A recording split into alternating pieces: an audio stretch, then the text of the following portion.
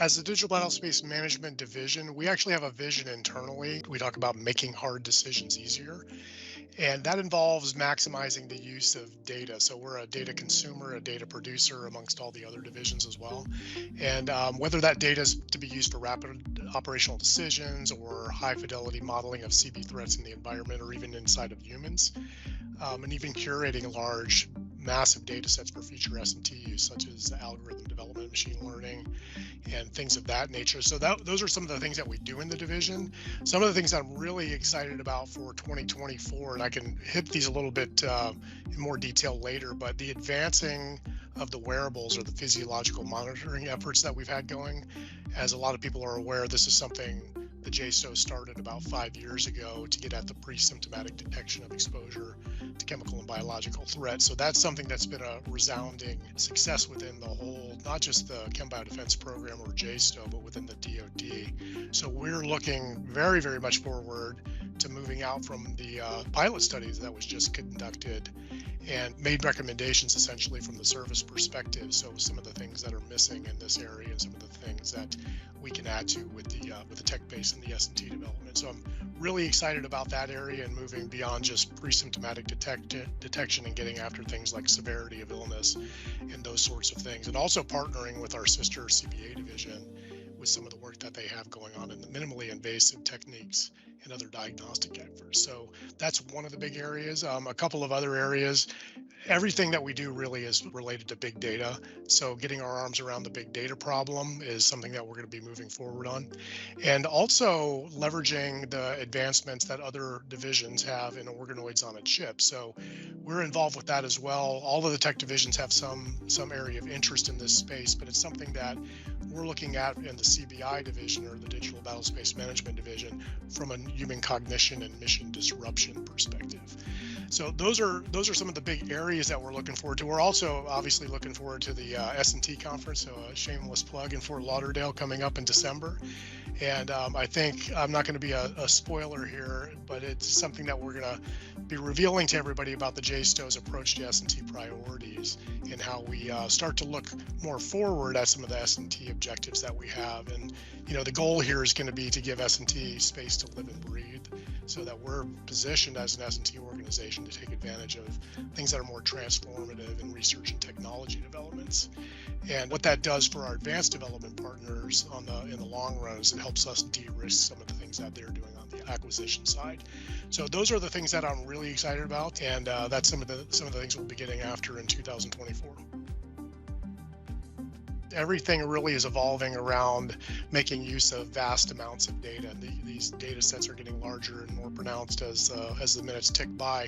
So what we're trying to do is look within the CBDP and the research and operations worlds both. So we're bringing on board, I'm very excited, probably within the next month, our first ever at DTRA data scientist, who's going to be instrumental in better positioning us to exploit the data for R&D and operational decision making. So what we're doing in this area too is there's a great effort right now within the DoD and the agency and all across the U.S. government really to develop data strategies. So we're making sure that we are helping with the creation of those strategies at the agency level, but also then the alignment of that. So these things it's not only just important for managing data and having access to the S&T data that's produced within our efforts, but also enabling the machine learning and other flavors of artificial intelligence that are coming down the line. And those are, the game-changing forward technologies that we want to keep pace with.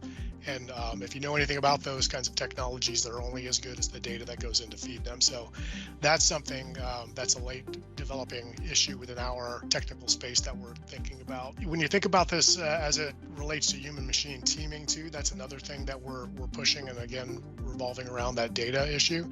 So allowing warfighters to make informed decisions in operationally relevant speeds.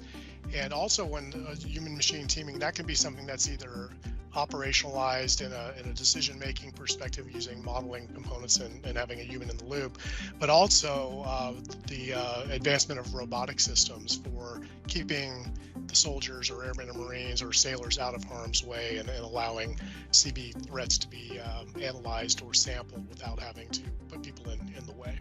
So So those are some of the things that we're looking at on the data front, and part and parcel to all of this. There's a lot of development. Obviously, what we do with data manipulation and development of S&T codes and models. These things are all software tools at the end of the day. So we're implementing modern software strategies or development strategies to include development, security, and operations. You hear DevSecOps all the time. That's what that's all about. And other modernization efforts so that we can more effectively produce, field, and sustain software at a rapid pace and in an agile way. We have a really broad approach to how to access the best performers in S&T and some of the partners that we have. And from the acquisition side of this really looks across small business innovative research and the STTRs, grants with academia. We have a whole host of those going on from basic research all the way up to 6.2 and 6.3. We're very consistent about putting topics out in broad agency announcements or OTAs, other transactional authorities, and some of the more traditional contracting mechanisms. With our DoD and DOE partners and the laboratories in particular, it's more in the way of directed research, and on occasion we'll have workshops where we'll brainstorm and put out thoughts for the DoD and DOE labs to cogitate on and develop topics against. We also have a number of partnerships with other government agencies, so other organizations within DoD and even outside with DHS and others.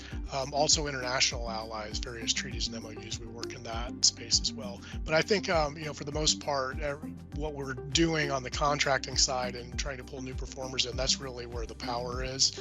And those opportunities are coming out on a cyclical basis and ad hoc as we see other S&T gaps that need to be filled.